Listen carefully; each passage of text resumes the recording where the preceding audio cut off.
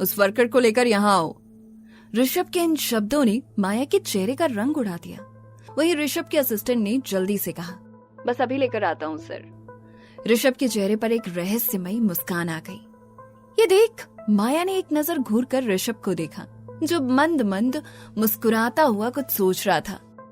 माया मन ही मन सोचने लगी, ये ऋषभ किसी वर्कर को यहाँ क्यों बुला रहा है? कहीं ये वही आदमी तो नहीं जिसके साथ मिलकर हमने ये खेल खेला है?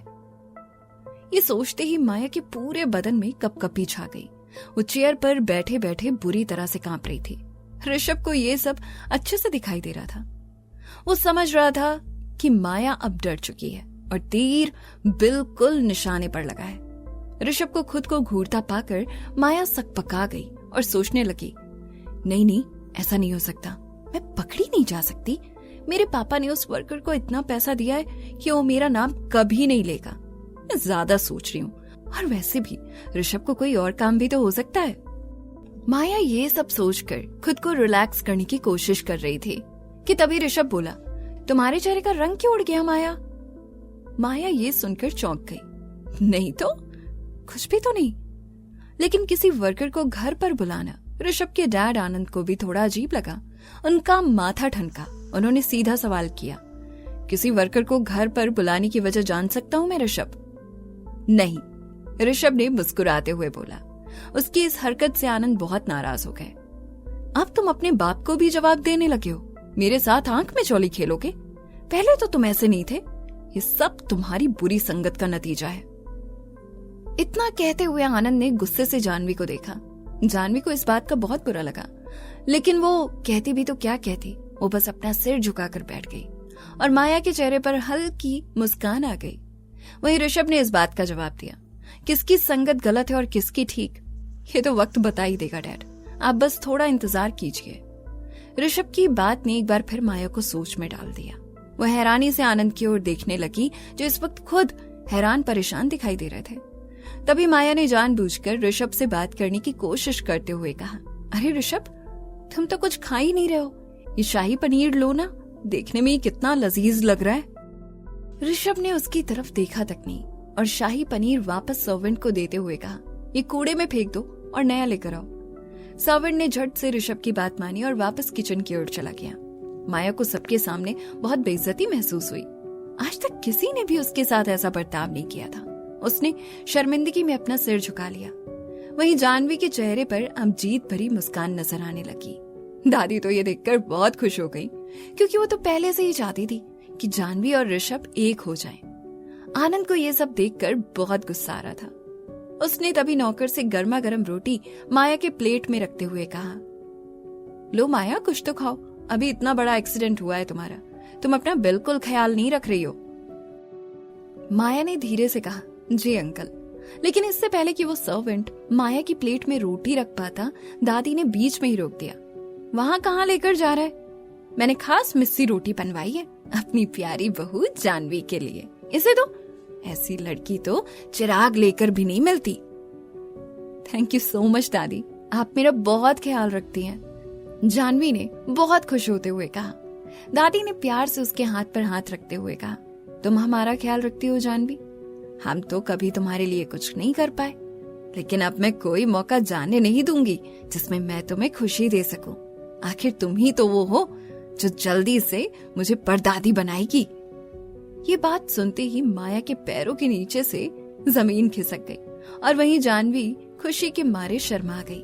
अपनी दादी की बात पर ऋषभ ने भी हाँ में हाँ मिलाते हुए कहा, आप बिल्कुल ठीक कह रही हैं दादी, मैं जानवी का बहुत ख्याल रखूंगा और आपको इसी साल में अपने परपोते या परपोती का चेहरा जरूर दिखा दूंगा। ये सब परिवार वाले एक तरफ होकर आज माया को नीचा दिखाना चाह रहे थे, क्योंकि माया भी तो आज तक यही करती आई थी। लेकिन इन सब की हरकतों को देख आनंद का गुस्सा 7वें आसमान पर पहुंच गया। उसने चिल्लाते हुए कहा, माँ ये सब क्या है? आप क्यों माया के साथ ऐसा सलूक कर रही हैं? आखिर आपको प्रॉब्लम क्या है उससे? मैंने माया को क्या कहा? दादी ने भी मजे लेते हुए पूछा। आनंद ने खींचते हुए कहा, जानवी का साथ देकर आप माया को ही नीचा दिखा रही हैं, लेकिन बिगाड़ा क्या है माया ने आपका? दादी ने घूरते हुए अपने बेटे आनंद की तरफ देखा, कितनी शर्म की बात है कि तुम अब भी मुझसे वजह पूछ रहे हो। तुम्हारे पास इसका जवाब खुद से होना चाहिए था आनंद। दादी की ये बात सुन माया की आंखों से आंसू बहने लगे और वो टिश्यू पेपर से अपने आंसू साफ करने लगी। तभी आनंद ने अपनी माँ की ओर देखते हुए कहा, आपको माया की हालत दिख नहीं रही माँ? कुछ दिन पहले आपके लाडले ऋषभ की जान बचाने के लिए माया ने खुद को जख्मी कर लिया। कम से कम कुछ तो लिहाज कीजिए। दादी ये सुन जोर जोर से हंसने लगी। इसके साथ ही ऋषभ भी अपनी हंसी रोक नहीं पाया। अब माया के दिल का डर बढ़ता जा रहा था। हमेशा से उसके आगे पीछे घूमने वाला ऋषभ आज उस पर हंस रहा था। ऋषभ जिस तरह का इंसान था, अगर उसके लिए कोई अपनी जान की बाजी लगा दे तो वो उसके लिए कुछ भी करने को तैयार हो जाए। लेकिन यहाँ तो उल्टी गंगा बह रही थी। ये सब देखते हुए आनंद ने कस कर अपना हाथ टेबल पर मारा। यहाँ कोई तमाशा चल रहा है क्या जो सब हंसते जा रहे हैं? माँ, अगर आपको हम दोनों परिवारों के बीच का कोई लिहाज नहीं तो कम से कम माया की कुर्बानी तो याद कर लीजिए। अगर आज ऋषभ ठीक ठाक है तो सिर्फ और सिर्फ माया की वजह से। आनंद की इस बात से माया को थोड़ी हिम्मत मिली, लेकिन जो दादी ने आगे कहा उसे सुन उसके चेहरे पर एक बार फिर से मायूसी छा गई। दादी बोली, ये लड़की जिसके लिए तू इतनी बड़ी बड़ी बातें कर रहा है ना, अगर अभी ऋषभ को कुछ हो जाए तो ये इसी वक्त उसे छोड़कर चली जाएगी। तू भूल सकता है लेकिन मैं नहीं भूल सकती। जब मेरा ऋषभ व्हील चेयर पर था और माया के लिए तड़प रहा था, उसकी वजह से अपनी जान तक देना चाहता था, तब ये लड़की माया बाहर जाकर किसी बिल में छिप गई थी। अब ये चाहे कुछ भी कर ले, मैं इस पर कभी भरोसा नहीं कर सकती। ये मेरे परिवार का हिस्सा अब कभी नहीं बन सकती, समझा तू? दादी की बात ने माया के दिल के टुकड़े टुकड़े कर दिए थे। आनंद ने अपनी माँ की तरफ घूरते हुए कहा, आपको कितनी बार ये बात समझानी पड़ेगी कि माया अपनी वजह से नहीं गई थी। इसकी माँ मोहिनी ने इसे जबरदस्ती बाहर भेजा था। अगर इसका बस चलता तो ये ऋषभ के पैरों के पास ही बैठी रहती, उसे छोड़कर कभी नहीं जाती। आनंद की बात से माया भी हाँ में सिर हिलाने लगी। दादी की आंखों में भी अब गुस्सा साफ साफ दिखाई दे रहा था। उन्होंने भी ऊंची आवाज में कहा, जो तुम कह रहे हो अगर वो सच है तो ये तो और भी खतरनाक बात है। जैसी माँ वैसी बेटी। अगर ये उस वक्त अपनी मर्जी से नहीं गई थी तो कल को ये कभी भी अपनी मर्जी से जा सकती है। अगर आज ऋषभ व्हील चेयर पर होता तो ये लड़की यहाँ कभी नहीं होती।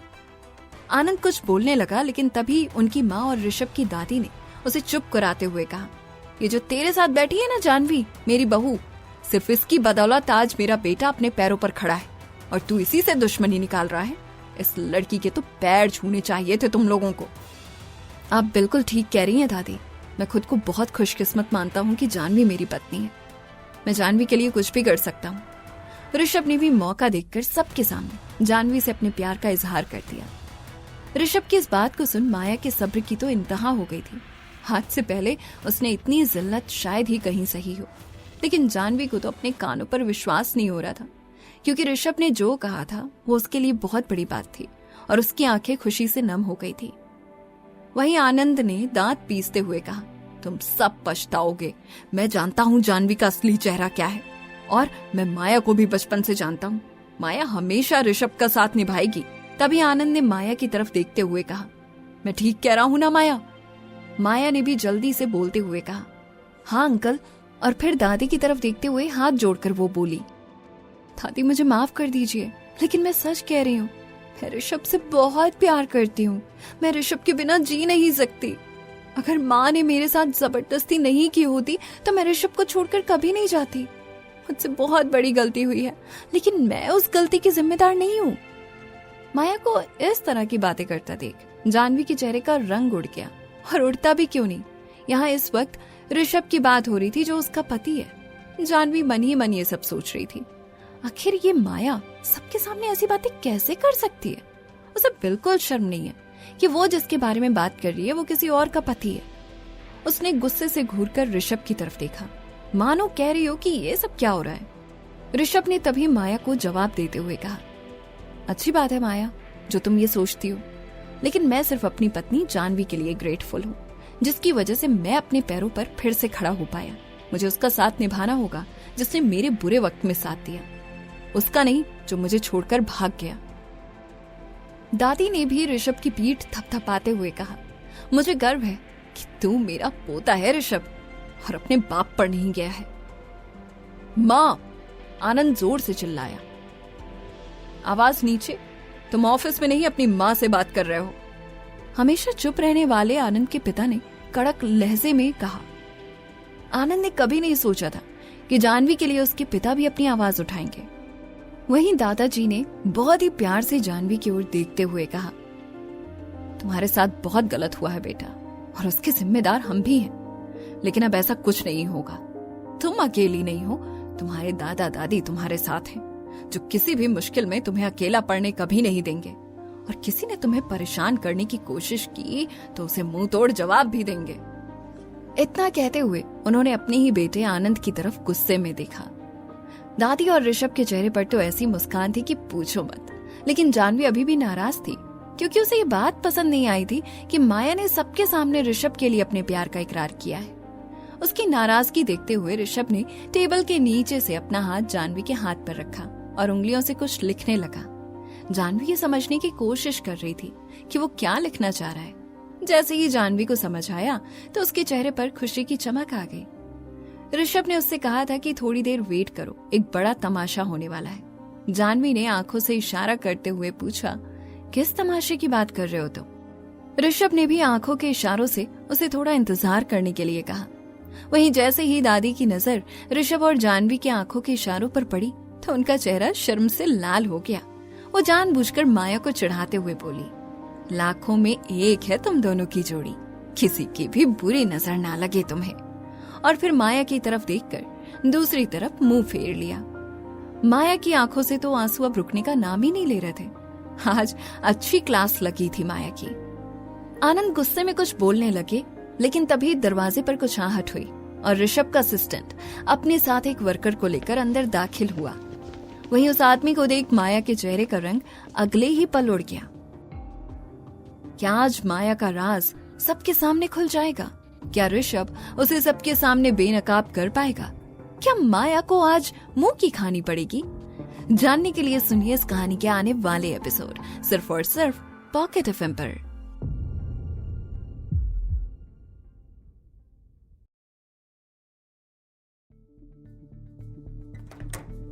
अभी सब लोग आपस में बात कर ही रहे थे कि तभी घर का दरवाजा खुला और ऋषभ के असिस्टेंट राज के साथ एक वर्कर अंदर दाखिल हुआ। उस वर्कर को देखते ही माया के चेहरे का रंग उड़ गया। उसके हाथ पैर फूल गए। उसके माथे पर पसीने की बूंदें झिलमिलाने लगी। उसकी नजर तो उस वर्कर पर जाकर टिकी थी, क्योंकि वो इस आदमी को अच्छे से पहचानती थी।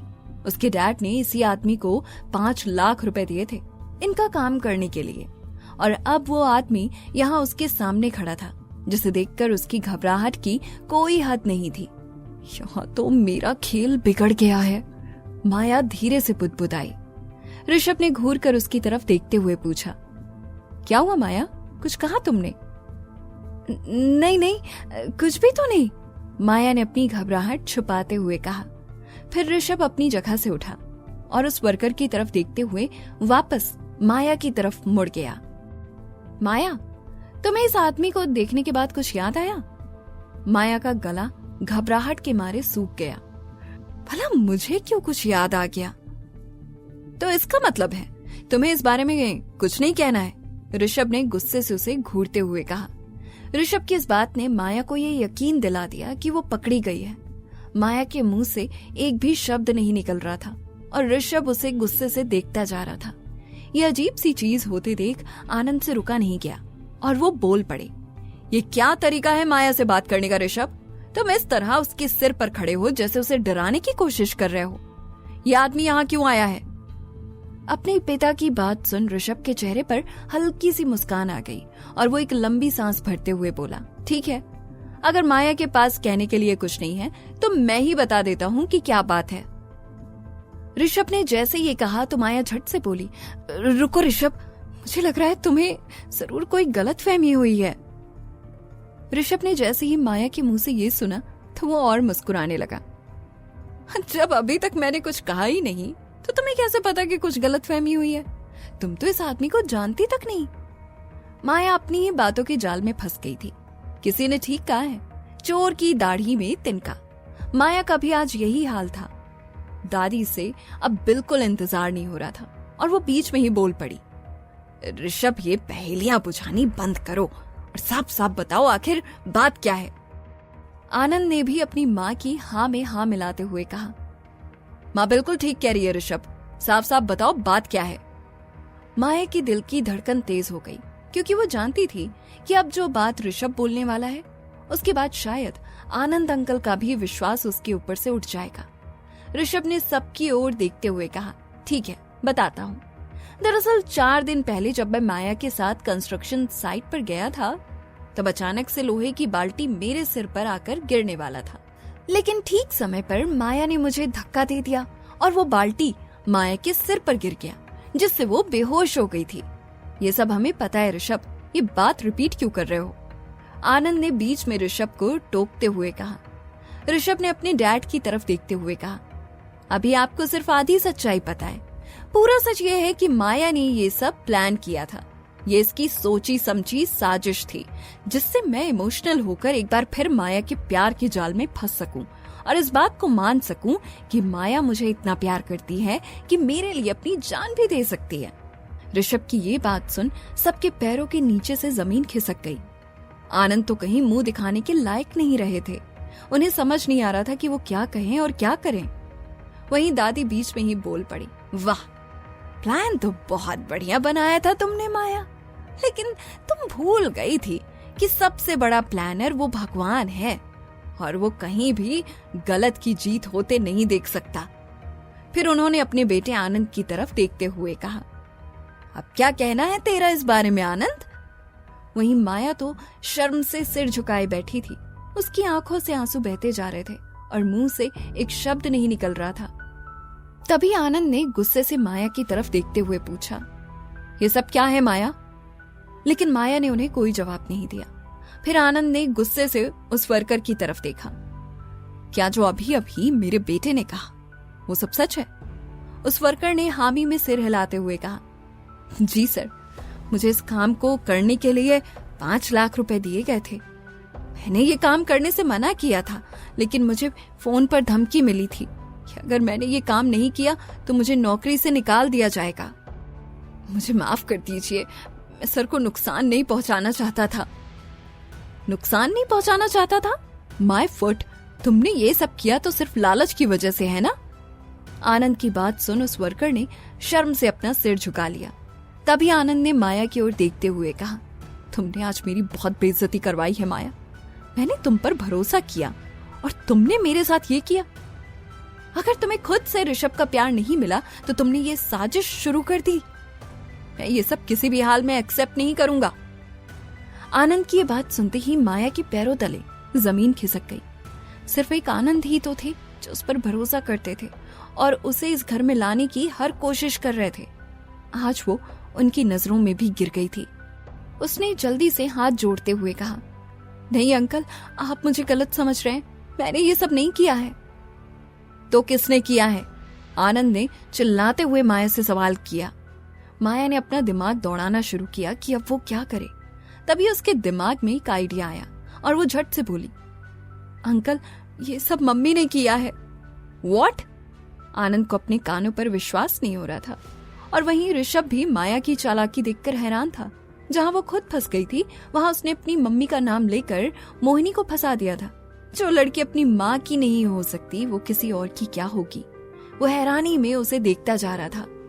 तभी माया ने आगे कहा, जी अंकल, दरअसल जब ऋषभ ने मुझसे बात करनी बंद कर दी थी और वो मुझसे नाराज हो गया था, तब मैंने खाना पीना छोड़ दिया था। इसीलिए माँ ने ये सब प्लान किया जिससे ऋषभ के दिल में एक बार फिर मेरे लिए प्यार जाग सके। मैं उनकी तरफ से आपसे माफी चाहती हूँ। इतना कहते हुए माया जोर जोर से रोने लगी। मैं ऋषभ से बहुत प्यार करती हूँ अंकल, मैं उसे नुकसान पहुंचाने का तो कभी सोच भी नहीं सकती। माँ ने ये सब कुछ सिर्फ मेरे लिए किया है, लेकिन ये सब मैंने नहीं किया है। प्लीज मुझे माफ कर दीजिए, आज के बाद ऐसा कभी कुछ नहीं होगा। माया के मगरमच्छ के आंसू देखकर आनंद को उस पर तरस आ गया था। उनके चेहरे पर जो थोड़ी देर पहले तक कठोरता थी, उस पर अब नरमी दिखाई दे रही थी, जिसे देखकर माया ने चैन की सांस ली। लेकिन आनंद को बहुत दुख हो रहा था। वो यहाँ पर माया को लेकर तो आया था उसकी जगह बनाने के लिए, लेकिन उसने उसकी ही नाक काट दी थी। अब इसके आगे आनंद के पास कहने के लिए कुछ नहीं था। तभी आनंद की माँ गीतांजलि देवी ने ऊंची आवाज में बोला, देख लिया आनंद, ये लोग कभी भी तुम्हारे बेटे ऋषभ को नुकसान पहुंचा सकते हैं। अगर इसकी माँ ऐसा कर सकती है तो ये खुद क्यों नहीं कर सकती। माया जल्दी से बीच में बोल पड़ी, प्लीज मुझे गलत मत समझिए दादी, मैं तो ऋषभ का नुकसान कभी नहीं कर सकती। मैं तो उसके लिए अपनी जान दे सकती हूँ। माँ ने ये सब मेरे लिए किया है, वो अपनी बेटी को दुखी नहीं देख सकती थी। लेकिन शर्मिंदगी से अपना सिर झुकाए आनंद वहां से उठे और बिना कुछ कहे बाहर की तरफ जाने लगे। फिर वो राज के पास गए और गुस्से से उस वर्कर को घूरते हुए बोले, राज, इस आदमी को धक्के मार के कंपनी से निकाल दो, इसे एक भी पैसा नहीं मिलना चाहिए। मैं आज के बाद इसकी शक्ल तक देखना नहीं चाहता। इतना कहते हुए आनंद घर से बाहर चले गए। शर्मसार बैठी माया अब इधर उधर देखने लगी, क्योंकि उसे यहाँ लाने वाले आनंद ही थे और अब वो यहाँ से जा चुके थे। उसने फिर भी हिम्मत करके ऋषभ की तरफ देखते हुए कहा, प्लीज मेरा यकीन करो ऋषभ, मैंने ऐसा कुछ नहीं किया, ये सब माँ ने किया है। माया की बात सुन ऋषभ के चेहरे पर एक तिरछी मुस्कान आ गई और वो पहेलियां बुझाते हुए बोला, तुम जिसे बचाने के लिए अपनी माँ पर इल्जाम लगा रही हो ना, वो भी एक ना एक दिन जरूर फंस जाएंगे। इसलिए अपनी नाकाम कोशिश बंद करो और चली जाओ यहाँ से। ऋषभ का साफ साफ निशाना माया के पिता की तरफ था। वो जानता था कि माया की माँ उनके परिवार के लिए एक सॉफ्ट टारगेट है, इसलिए मौका मिलते ही माया ने सारा का सारा ठीकरा उनके सिर पर फोड़ दिया था। लेकिन माया ने आंसू बहाते हुए ऋषभ से कहा, तुम ऐसा क्यों कह रहे हो ऋषभ, प्लीज मुझे गलत मत समझो, मैं सच में तुमसे बहुत प्यार करती हूँ।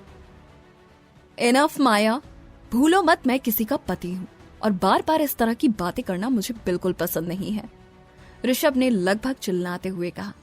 ऋषभ की इस बात ने तो माया के चेहरे का रंग ही उड़ा दिया था और वहीं दादा दादी और जानवी के चेहरे पर खुशी दिखाई देने लगी। अब माया के पास वहां रुकने के लिए कुछ नहीं था, इसलिए माया ने जल्दी से अपना सामान उठाया और घर से बाहर चली गई। बाहर निकलते ही माया ने जल्दी से अपने पापा को कॉल किया और रोते हुए बोली, सब गड़बड़ हो गई है पापा, ये आपने किस तरह के आदमियों को खरीदा हुआ है जो कभी भी अपनी बात से पलट सकते हैं। माया को गुस्से में देख उसके पापा भी हैरान रह गए। आखिर क्या हुआ है माया, साफ साफ बताओ। माया ने फिर रोते हुए अपने पापा को पूरी बात बताई। उसके पापा के चेहरे का रंग उड़ गया। उन्हें यकीन नहीं हो रहा था कि उनका प्लान इतनी बुरी तरह से फेल हो गया था। वो किसी भी कीमत पर ऋषभ के पापा से अपने रिश्ते खराब नहीं करना चाहते थे, इसीलिए उन्होंने जल्दी से पूछा, क्या उस वर्कर ने मेरा नाम बताया था? माया ने अपने आंसू पोंछते हुए कहा, नहीं, उसने आपका नाम नहीं लिया, मैंने भी सारा इल्जाम माँ पर लगा दिया। अगर आपका नाम लेती तो आपके और आनंद अंकल के रिश्तों में दरार आ जाती, इसलिए उस वक्त मुझे जो ठीक लगा मैंने वो किया। उसके पापा ऋषि ने चैन की सांस लेते हुए कहा, तुमने बिल्कुल ठीक किया माया, और तुम चिंता मत करो, मैं आनंद से बात करता हूँ और सब ठीक करने की कोशिश करता हूँ। इतना कहते हुए माया ने फोन रख दिया। उसके बाद माया सोचने लगी, आखिर ये बात ऋषभ तक गई कैसे? हमारे घर में तो कोई ये बात ऋषभ को नहीं बता सकता, तो फिर वो उस वर्कर तक पहुंचा कैसे? वजह चाहे कोई भी हो, लेकिन उस आदमी ने अपना मुंह खोलकर बहुत बड़ी गलती की है, मैं उसे छोड़ूंगी नहीं। तभी माया ने ड्राइवर से कहा, यहाँ से अभी जो आदमी निकला था उसका पीछा करो, मुझे किसी भी कीमत पर वो चाहिए। इतना सुनते ही ड्राइवर ने गाड़ी आगे की ओर बढ़ा दी। थोड़ी दूर पर माया की नजर उस कंपनी के वर्कर पर गई जो हताश परेशान चला जा रहा था। माया ने अपनी ड्राइवर से जो कहा उसे सुन ड्राइवर के चेहरे का रंग उड़ गया, लेकिन माया चीखते हुए बोली, मेरी बात ना मानने का अंजाम तुम अच्छे से जानते हो, इसीलिए अभी जाओ। जी मैडम कहते हुए वो ड्राइवर झट से कार से उतर गया और उसने मौका पाकर उस वर्कर को झाड़ियों के पीछे खींच लिया। वो वर्कर बुरी तरह से घबरा गया और चिल्लाने लगा, कौन है, कौन है? अगले ही पल ड्राइवर ने उस वर्कर को बुरी तरह से पीटना शुरू कर दिया। कभी उसे घूंसे मारता तो कभी डंडे से, लेकिन वो ये नहीं जानता था कि आगे क्या होने वाला है। माया कार के अंदर से ये नजारा देखकर बहुत खुश हो रही थी। तभी वहां पुलिस का सायरन बजा और ड्राइवर के चेहरे का रंग पीला पड़ गया।